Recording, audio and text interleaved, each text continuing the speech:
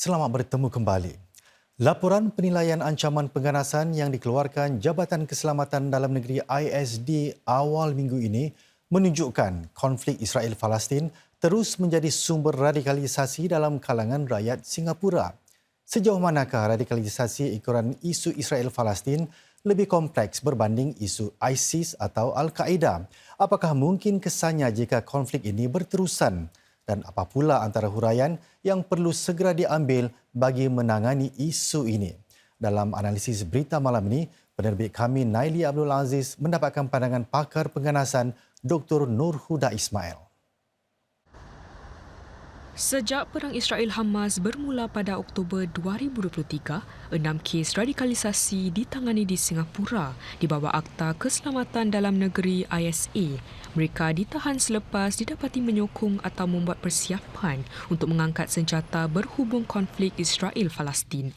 4 yang ditahan sejak 9 bulan lalu termasuklah seorang suri rumah, seorang mekanik lift dan seorang pengarah pemasaran digital. Pendeknya, mereka yang diradikalisasi oleh isu Palestin ini tidak mengenal usia dan latar belakang.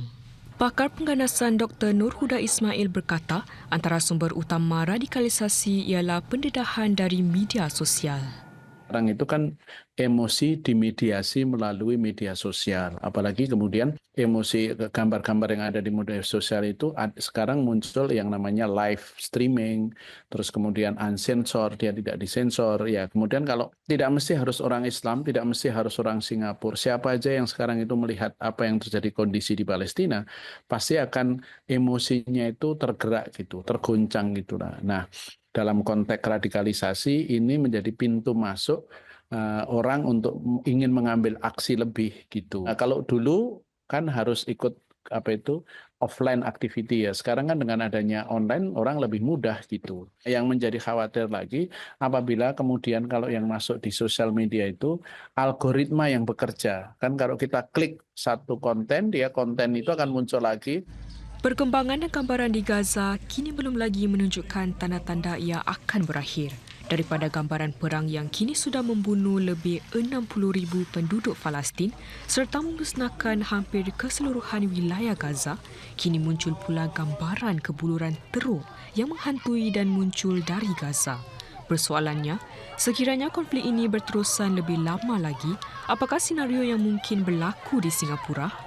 Saya kira yang Singapura itu nanti akan lebih banyak muncul online radikalisasinya itu. Dan oleh karena itu, saya kira isu Gaza ini tidak hanya permasalahan isu foreign affair, tapi sudah menjadi isu internal isu, sudah menjadi MSC isu gitu. Kemudian menjadi permasalahan social cohesion di negara Singapura gitu. Itu yang saya kira next the future, not the future, the trajectory-nya begitu.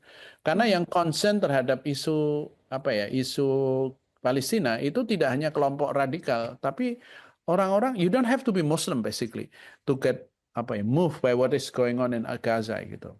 So how to strike, how to balance this itu kan jadi challenge juga for not only government but also civil society as a whole. Lantaran itu, Dr. Nur Huda menyifatkan isu radikalisasi ekoran isu Palestin sebagai suatu isu yang lebih kompleks daripada isu radikalisasi ekoran isu kumpulan Al-Qaeda atau ISIS. Di sinilah peranan pelbagai pihak sangat diperlukan bagi menanganinya daripada menjadi lebih parah. Peran para orang tua, peran para asatid, pensarah itu untuk menjelaskan konteksnya ini. It is not only religious conflict. Ini bukan hanya masalah konflik agama, tetapi sebuah konflik politik dan geopolitik. Dan oleh karena itu kita harus sangat-sangat berhati-hati begitu. Dan Singapura saya kira mempunyai komitmen yang sangat jelas. Mereka sangat concern terhadap the plight of the Palestine, the human right-nya gitu. Aspek-aspek kemanusiaannya itu kan sangat jelas. Dari segi kaedah menangani isu radikalisasi ekoran isu Palestin ini juga, Dr. Nur Huda percaya sesetengah kaedah lebih kreatif perlu diterapkan. Malah, cara perbincangan tertutup, kata beliau, perlu difikirkan semula. Saya kira perlu the way the government and also civil society and start all the stakeholder in this very issue start to think the use of transmedia storytelling. What I'm trying to say is use a different method. Ada yang pakai film, ada yang pakai buku, ada yang pakai social media, ada yang offline engagement. So you cannot use the same method anymore. One way or only closed door session. Closed door session is very important, especially for ini ya, karena isunya kan sangat sensitif. Tapi it's not enough sekarang dengan adanya media sosial dan konflik yang terus berada itu. Yang pasti, Dr. Nur Huda menekankan perlunya disalurkan tenaga bagi golongan yang mahu melahirkan simpati kepada mangsa-mangsa perang di Gaza.